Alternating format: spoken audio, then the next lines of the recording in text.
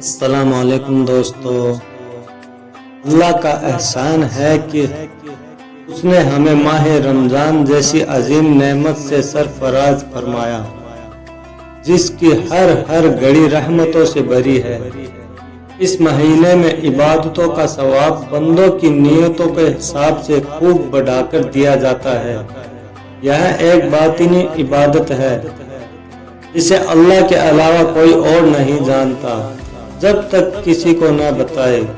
اس مہینے کی ایک خاص خصوصیت یہ بھی ہے کہ اللہ نے اپنے بندوں کی ہدایت کے لیے قرآن مجید نازل فرمایا، جیسا کہ اس نے فرمایا، رمضان وہ مبارک مہینہ ہے جس میں اللہ نے لوگوں کی ہدایت کے لیے قرآن مجید نازل فرمایا، کیونکہ اس مہینے میں رات دن اللہ کی عبادت ہوتی رہتی ہے، اس لیے اسے اللہ کا مہینہ کہا جاتا ہے۔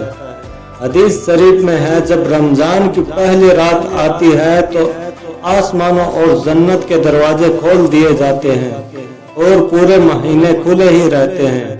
اس مہینے میں رات میں عبادت کرنے کا بڑا ثواب ہے، اس لیے تراویح کا خاص اہتمام کیا جاتا ہے، جس کے ہر سجدے کے بدلے ہزاروں نیکیاں ملتی ہے، اور اس کے لیے جنت میں سرخ یاقوت کا گھر بنایا جاتا ہے۔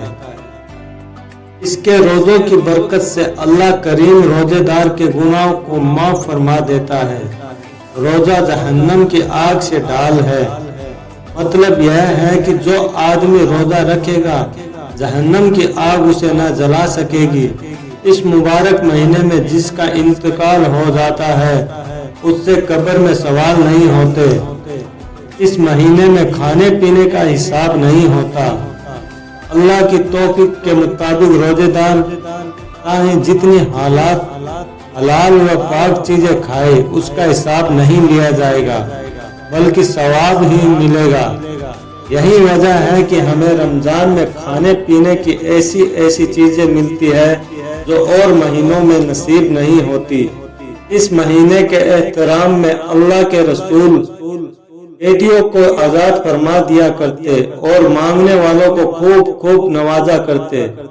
اس مہینے میں سزائیں بھی کم کر دی جاتی ہے۔